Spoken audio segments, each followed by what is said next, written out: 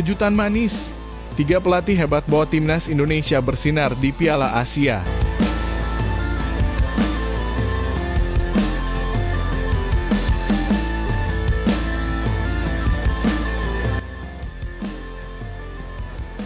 Pelatih NEC Nijmegen beri inspirasi baru untuk Sintayong.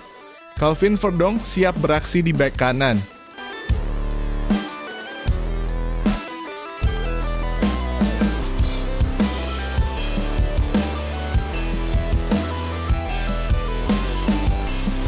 Pelatih Vietnam tertekan jelang pertemuan dengan timnas Indonesia di Piala AFF 2024. Simak strateginya yang menarik.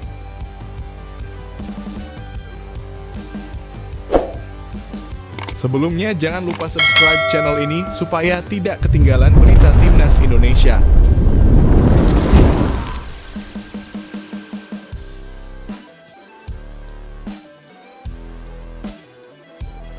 Kejutan manis, 3 pelatih hebat bawa timnas Indonesia bersinar di Piala Asia. Kisah sukses 3 pelatih timnas Indonesia yang berhasil membawa skuad Garuda ke ajang Piala Asia memang sangat menarik untuk dibahas.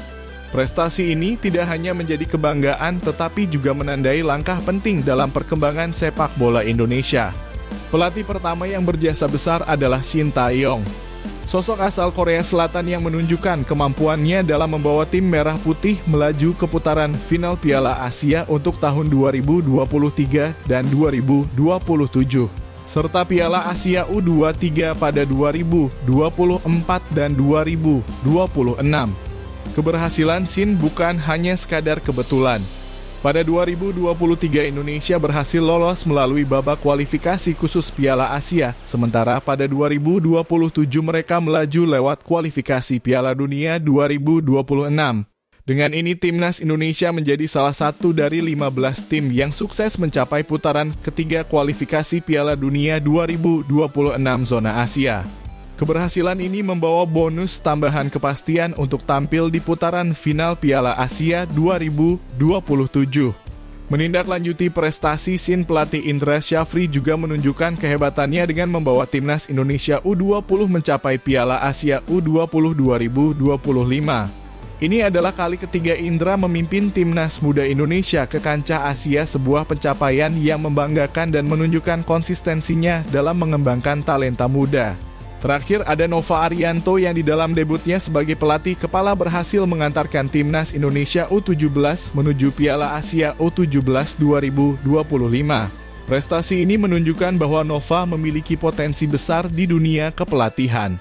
Indra Syafri dijadwalkan untuk berlaga di Piala Asia U20 2025 yang akan berlangsung pada 6 hingga 23 Februari mendatang, yang memberikan peluang bagi timnas Indonesia U20 untuk melangkah lebih jauh bahkan menuju putaran final Piala Dunia U20 2025 yang akan diadakan di Chile. Sementara itu Nova akan memimpin timnas U17 pada Piala Asia U17 2025 yang akan digelar di Arab Saudi pada bulan April, di mana mereka juga akan berjuang untuk mendapatkan tempat di putaran final Piala Dunia U17 2025 di Qatar. Sintayong meskipun jadwalnya masih cukup panjang tetap berfokus untuk membawa timnas Indonesia melaju sebaik mungkin di putaran ketiga kualifikasi Piala Dunia 2026 zona Asia. Keberhasilan ketiga pelatih ini menggambarkan potensi besar yang dimiliki oleh sepak bola Indonesia dan memberi harapan baru bagi para pencinta olahraga di tanah air. Apakah kamu juga bangga dengan prestasi ini? Siapa pelatih favoritmu? Yuk, tulis komentarmu di bawah.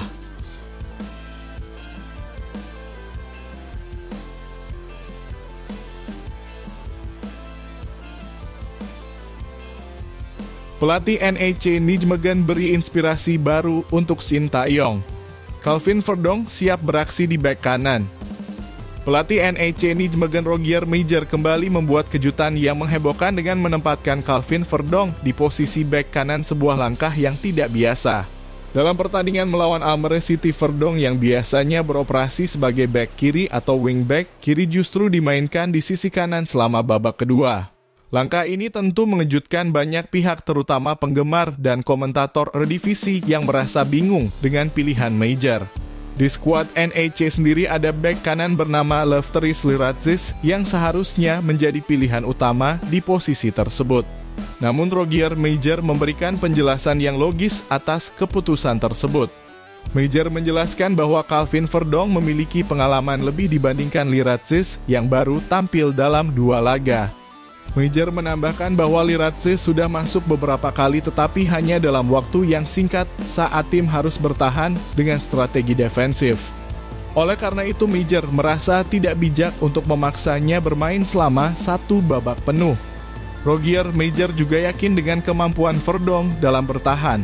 Strategi gila Rogier Meijer ini bukanlah yang pertama kalinya. Sebelumnya Calvin Verdong juga ditugaskan bermain di lini tengah ketika NEC Nijmegen mengalami kekalahan 1-2 dari Heracles.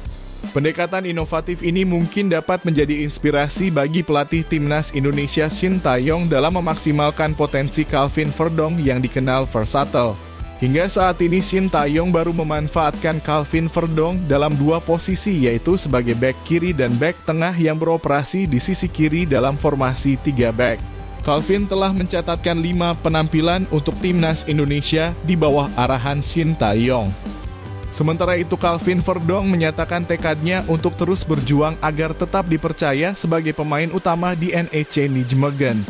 Saya harus menunjukkan agresivitas di setiap pertandingan, terlibat dalam duel, dan terkadang memberikan kesempatan kepada rekan-rekan saya agar mereka juga bisa mendapatkan lebih banyak energi, kata Verdong. Ia juga menegaskan bahwa penampilannya tahun ini harus lebih baik daripada sebelumnya. Apa pendapatmu tentang keputusan pelatih NEC Nijmegen ini? Apakah kamu setuju jika Shin Tae-yong mencoba formasi baru dengan Calvin Verdong? Berikan komentarmu di bawah.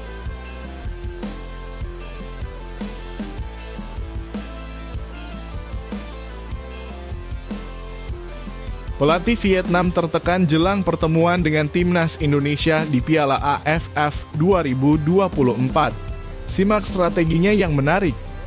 Pelatih timnas Vietnam Kim Sang-sik baru-baru ini mengungkapkan ketakutannya menjelang pertemuan dengan timnas Indonesia di Piala AFF 2024 yang akan berlangsung pada Desember mendatang. Dalam ajang bergengsi ini 10 negara terkuat di Asia Tenggara akan saling berkompetisi dan Indonesia berada di grup B bersama Laos, Vietnam, Filipina, dan Myanmar. Dalam wawancara dengan media Vietnam, Kim Sang-sik menyatakan bahwa ia memiliki waktu sekitar 3 minggu untuk mempersiapkan pasukannya sebelum turnamen. Menghadapi tantangan ini, Kim telah memutuskan untuk menggelar pemusatan latihan di Korea Selatan. Langkah ini diambilnya demi memastikan hasil yang optimal dalam kompetisi yang sangat dinantikan ini. Ia menambahkan bahwa selama pelatihan di Korea, timnya akan terlibat dalam sejumlah pertandingan persahabatan dengan klub-klub lokal yang diharapkan dapat meningkatkan performa tim. Namun satu hal yang membuat Kim merasa khawatir adalah kekuatan timnas Indonesia yang mengalami peningkatan signifikan berkat masuknya beberapa pemain naturalisasi. Kim mengakui bahwa ini menjadi ancaman tersendiri bagi timnya. Kekuatan timnas Indonesia kini jauh lebih baik dan saya merasa cemas dengan potensi yang mereka miliki, ujarnya. Ia menyadari bahwa waktu untuk mempersiapkan timnya semakin sempit sehingga fokus utamanya adalah membangun solidaritas dan kohesi di dalam tim Vietnam. Selain itu, Kim Sang-sik juga memiliki rencana strategis untuk menganalisis kelemahan timnas Indonesia. Ia berencana terbang ke Jakarta untuk menyaksikan langsung pertandingan antara Indonesia dan Jepang pada 15 November 2024. Federasi Sepak Bola Vietnam juga berkolaborasi dengan saya untuk menganalisis lawan-lawan di grup B melalui rekaman pertandingan terbaru mereka. Saya dan staf pelatih terus memantau perkembangan tim-tim seperti Indonesia dan Filipina. Pada bulan November saya akan berkunjung ke Indonesia dan Filipina untuk menonton pertandingan persahabatan mereka. Dari situ saya akan mendapatkan data yang lebih mendalam untuk analisis, tambah Kim. Kim Sang-sik berharap dukungan penuh dari masyarakat Vietnam agar persiapan timnasnya dapat berjalan dengan baik dan mencapai target untuk masuk ke final Piala AFF 2024. Apakah kamu setuju dengan langkah Kim Sang-sik yang ambisius ini? Bagaimana prediksi kamu tentang pertemuan Vietnam dan Indonesia di Piala AFF 2024? Yuk berikan komentarmu di bawah.